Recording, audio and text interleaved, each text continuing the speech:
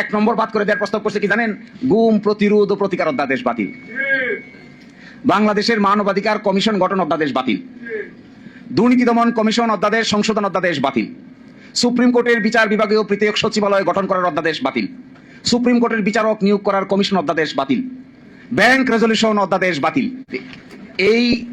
এটা দেখে, এই প্রস্তাবগুলো দেখে আমার কাছে মনে হয়েছে জগতের মানুষ আমাদের দিকে তাকায় মনে করতেছে সরকারি দল বিরোধী দল সবই তো মরবে দেখি, এটা মরার বুদ্ধি। আচ্ছা বলেন, গুম প্রতিরোধ প্রতিকার অধ্যাদেশ বাতিল করার কি কারণ থাকতে পারে? একমাত্র ডিজিএফআই শাটারিং ছাড়া আমি তো আর কিছু দেখি না। ডিজিএফআই আপত্তি ছাড়া, এসবিএনএস এর আপত্তি ছাড়া এই আইনাগর তৈরি করার মূল কারিগর ডিজিএফআই।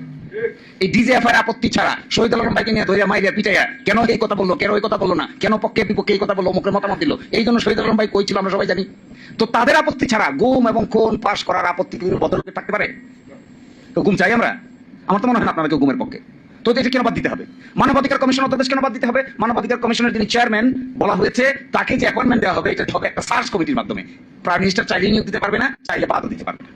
বাদ দিতে গেলে একটা সুপ্রিম জুডিশিয়াল কাউন্সিলের সিস্টেম করে বাদ দিতে হবে। আবার মানবাধিকার কমিশনের চেয়ারম্যানকে পাওয়ার দেওয়া হচ্ছে, তারা সো মোটো তদন্ত করতে পারবে, ইভেন কোন আইন শৃঙ্খলা বাহিনীর লোকেরা যদি জড়িত থাকে তাকে অ্যারেস্ট করতে পারবে। এই অধ্যাদেশটা বাদ করার কি কারণ থাকতে পারে? তার মানে কি তদন্ত কেউ করবে না? পাশে দেখবেন কমেন্টে লিখছে বাদ দেওয়ার পিছনে মূল কারণ হলো, এটা পড়লে আপনারা সবাই গলাগলি করে হাসবেন, যেহেতু সরকারের সংবেদনশীল আইন শৃঙ্খলা বাহিনীর সদস্যরা এই অপরাধের সঙ্গে জড়িত থাকতে পারে, এই জন্য মানবাধিকার কমিশন আর গুম প্রতিরোধ অধ্যাদেশ বাতিল। তো গুম তো করবে কে? গুম তো আইন শৃঙ্খলা বাহিনী লোকেরাই করে নাকি?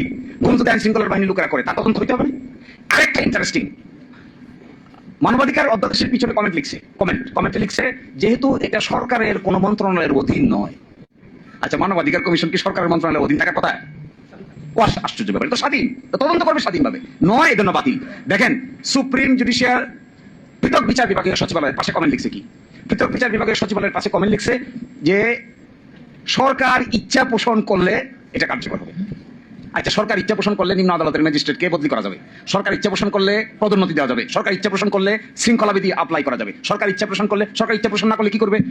ইচ্ছা পোষণ না করলে রাত 2টার সময় আদালত বসে শহীদ আলম ভাইকে অযথা রিমান্ডে নিতে চাইবে। ইচ্ছা প্রকাশ করছে না, রাজা ইচ্ছা প্রকাশ করছে না, তো হয়ে গেল। অসুবিধা কি? এর মানে কনক্লুশনটা আমি কেন বলতে চাচ্ছি, এর মানে হলো শুধু জুলাই সনদ না, এই সরকারের কর্মকাণ্ডের ভিতরে এন্টায়ারলি সংস্কার কর্মকাণ্ডের বিরোধিতা করে একটা শক্ত অবস্থান তারা নিয়েছেন। যখন ঐকমত্য কমিশন আলোচনা হয়েছিল তখন আর্গুমেন্ট ছিল যে আমরা কেন এটা করবো, এক একজন এক একটা বলছে। সর্বসম্মতিক্রমে ব্যাখ্যা ছিল যে এটা এই জন্য করতে হবে কারণ ক্ষমতাটা এত সেন্ট্রালাইজ, এক ব্যক্তির হাতে এত ক্ষমতা, এইটা যদি বিভিন্ন ব্যক্তিবর্গের কাছে ডিস্ট্রিবিউট করে দেওয়া না হয় তাহলে কোনোদিনই কোনো সরকারের পক্ষেই এত ক্ষমতার মালিক হয়ে স্বাধীনভাবে আইনসম্মতভাবে কাজ না করে ডিক্টেটোরিয়াল মেন্টালিটি ডেভেলপ করতে বাধ্য হবে। তখন বলা হলো তাহলে কি করা দরকার? রাষ্ট্রপতি এবং প্রধানমন্ত্রীর ভারসাম্য। তো রাষ্ট্রপতি প্রধানমন্ত্রীর ভারসাম্য করা হয়েছে এখানে। ভারসাম্য করা হয়েছে যতগুলো সাংবিধানিক প্রতিষ্ঠান আছে, যেমন ধরেন সাংবিধানিক প্রতিষ্ঠান কি? Supreme court, chief controller auditor general, CEC, নির্বাচন কমিশন, ওদিকে আছে পিএসসি, পাবলিক সার্ভিস কমিশন। এগুলোর মধ্যে এমন একটা ক্ষমতা ডিস্ট্রিবিউশন থাকতে হবে যেন একটা আরেকটাকে নিয়ন্ত্রণ করতে না পারে। এই বিভক্তির অংশ হিসেবে যেগুলো অর্ডিন্যান্স দিয়ে করা দরকার ছিল এগুলো 133 অর্ডিন্যান্স, আর যেগুলো অর্ডিন্যান্স দিয়ে করা সম্ভব হয় নাই এগুলো সংবিধান সংস্কার। সেই সংস্কারের জন্য একটা আদেশ দরকার ছিল, এই আদেশের নাম হলো জুলাই জাতীয় সনদ উইদিন ব্র্যাকেট সংবিধান সংস্কার আদেশ। এখন ওনারা বলছেন এটা অসাংবিধানিক। তাহলে কোনটা সাংবিধানিক? বিরাট প্রশ্ন। আমি কনক্লুশন ড্র করছি, এটা আমাদের জাতীয় জীবনের এই চরিত্রকে কিভাবে বিশ্লেষণ করা যাবে তা হয়তো ইতিহাসেই বিবেচনা করবে। কিন্তু আমার কাছে মনে হয় এই যে চোর পুলিশ খেলতে খেলতে যে 56 বছর পার করলাম, ঘুরে ফিরে কিন্তু আমরা জায়গাতেই থাকলাম। এখন যদি জুলাই অভ্যুত্থানের পরে আরো ড্রাস্টিক সামনের দিকে অগ্রসর করা না যায়, ধরেন এই সংস্কারগুলি কিছুই হইল না, কোথায় যাবো আমরা? এক ব্যক্তি পাওয়ারফুল হবে,